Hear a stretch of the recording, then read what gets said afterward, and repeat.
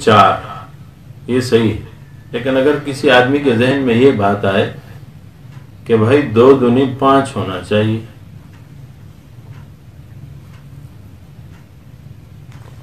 تو 2 دونی 5 تو ناممکن ہے۔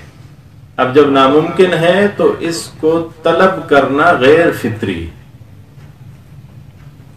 فطرت اس کے موافق نہیں ہے۔ 2 اور 2 4 ہو سکتے ہیں، 2 اور 2 5 نہیں ہو سکتے۔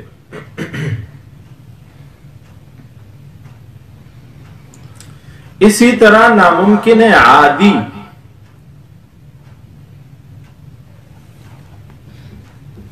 بھی فطرتاً تمام انسانوں کا مطلوب نہیں بن سکتا۔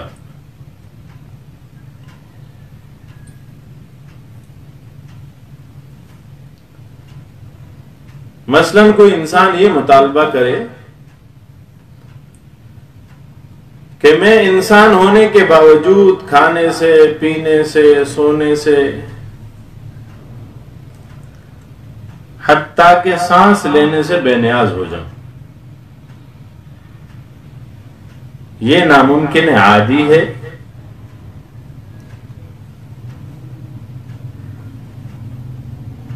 اب ناممکن عقلی ہو یا ناممکن عادی ہو، دونوں انسان کے فطری مطلوب نہیں بن سکتے۔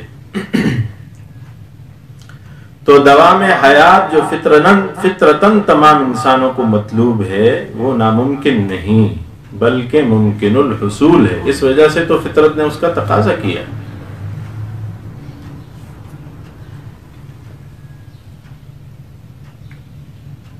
کسی بھی چیز کی آپ مدت کو، عمر کو کچھ وقت کے لیے اس میں اضافہ کر سکتے ہیں۔ مثلا ہم تازہ مچھلی کو پکڑتے ہیں، اسے نمک لگا کے رکھ دیتے ہیں،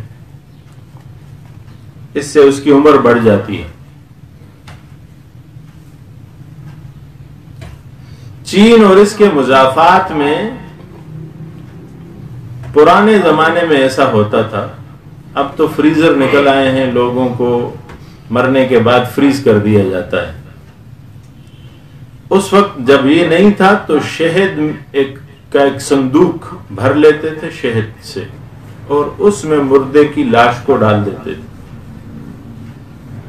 جسے ایک وقت تک اسے بقا مل جاتی تھی۔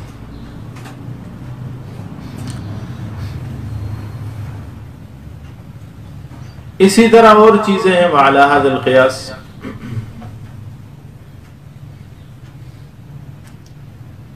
اللہ جل شانہ جسے چاہے جب تک چاہے بقا دے سکتا ہے۔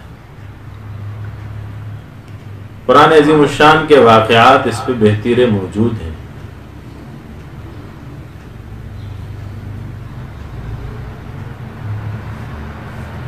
او کالذی مر علی قریہ وهي خاویۃ علی عروشها قال انا یحیی هذه اللہ بعد موتها فاماته اللہ 100 عام ثم بعث قال كم لبثت قال لبثت يوما او بعض يوم قال بل لبثت 100 عام 100 سال گزار چکے ہو تم فانظر الى طعامك وشرابك لم يتسنى وانظر الى حمارك ولنجعلك آية للناس وانظر الى العظام كيف ننشزها ثم نكسوها لحما فلما تبين له قال اعلم ان الله على كل شيء قدير۔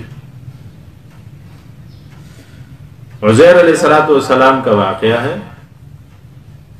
بیت المقدس شہر کو دیکھا، گرا پڑا تھا، کہنے لگے کہ یہ کیسے زندہ ہو، پھر شہر کیسے آباد۔ اللہ نے انہیں موت کی نیند سلایا، پھر اٹھایا، پوچھا کتنا وقت گزارا، کہا کہ دن یا دن کا بعض حصہ، فرمایا تم 100 سال بعد اٹھے ہو۔ شہر کو دیکھا تو سارا شہر جگمگا رہا تھا۔ اور آگے بڑھیے، فریزر کی پالیسی کہاں سے آئی؟ وانظر الی طعامک وشرابک، اپنے پانی کو دیکھو، خراب نہیں ہوا 100 سال۔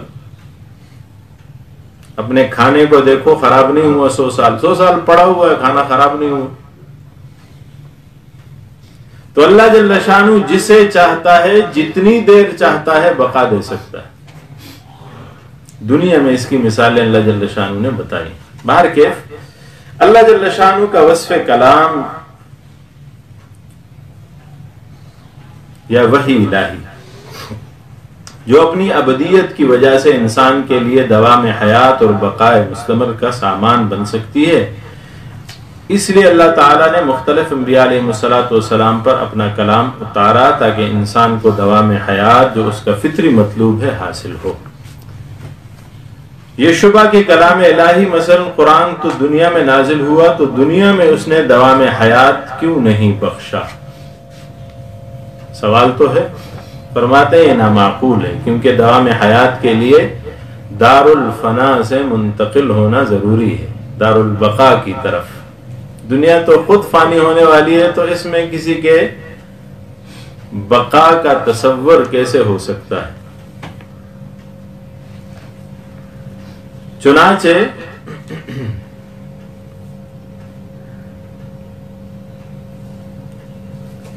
فرماتے ہیں افغانی رحمہ اللہ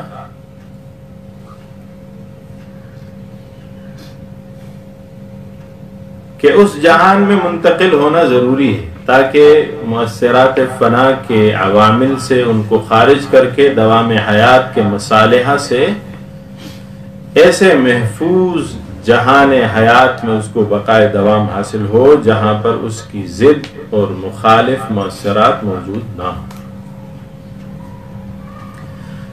فرمایا اس کے علاوہ اس جہان میں اگر دوام ہو تو کرۂ ارضی کے تنگنائی تمام افراد انسانی کی سکونت کے متحمل نہیں ہو سکے گی۔ اس سے معلوم ہوا کہ دوام بقا کے فطری جذبے کی تکمیل کے لیے کلام الہی اور وحی ربانی کی ضرورت ہے۔ فرمایا کہ یہ شبہ نہ کیا جائے کہ اسلامی زاویہ نگاہ سے کلام الہی پر ایمان رکھنے والوں کو جس طرح جنت کی صورت میں دوام حیات حاصل ہوگا تو منکرین کلام الہی اور کفار کو بھی دوزخ کی صورت میں دوام حیات حاصل ہوگی۔ یعنی آپ کیسے کہہ سکتے ہیں کہ جنہوں نے قرآن مانا، اس کی اتباع کی، ان کو ہمیشہ ہمیشہ کی زندگی مل گئی؟ زندگی تو کافروں کو بھی ملے گی۔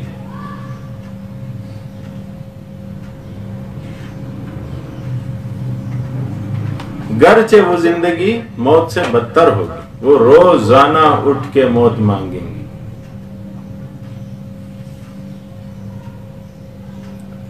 وہ کہیں گے ہمیں صبور چاہیے، اللہ فرمائیں گے لا تدعوا اليوم صبورا واحدا وادعوا صبورا کثیرا، بہت زیادہ ہلاکت مانگو۔ تو اس کا جواب یہ ہے کہ کلام الہی کا اثر دوام حیات ہے، کیونکہ کلام الہی ابدی ہے اور اس کا اثر بھی حیات انسانی کو ابدی بناتا ہے، جو مومنین اور کفار دونوں کے حق میں بشکل دوام جنت اور دوام دوزخ موجود ہے۔ تو کلام الہی کا اصل اثر دوام حیات رہا۔ جس نے مانا وہ جنت میں چلا گیا، جس نے نہیں مانا وہ جہنم میں چلا گیا۔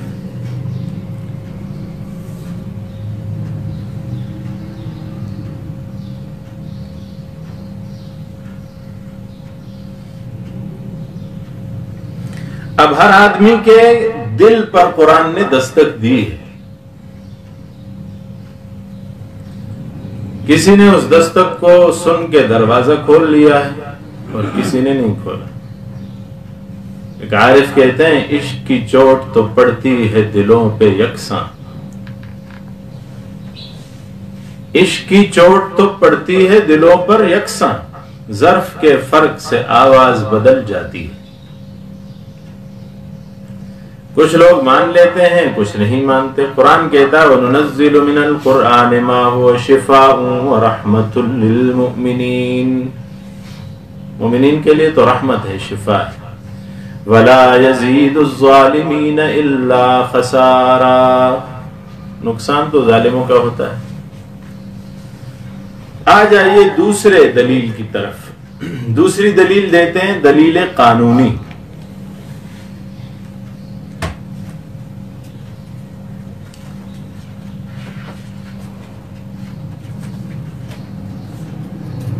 فرماتے ہیں کہ انسان میں فطرتاً دو قوتیں پائی جاتی ہیں.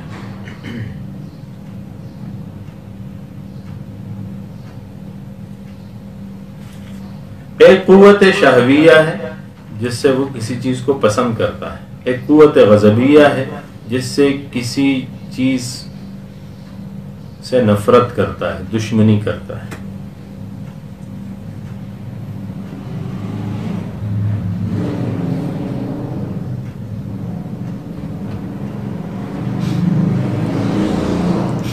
پھر انسان روحانی طور پر کچھ چیزیں چاہتا ہے اور کچھ جسمانی طور پر اس کی ضرورت ہے وہ چاہتا ہے.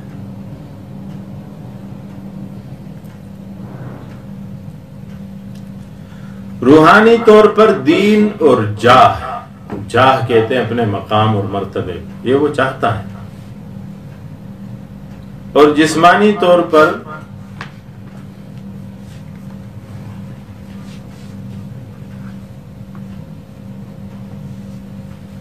پانچ چیزیں اس کا تقاضا ہوتی ہیں: معقول،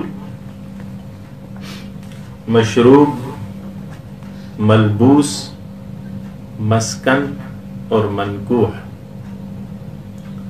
کھانا، پانی، لباس، گھر اور بیوی، جوڑا.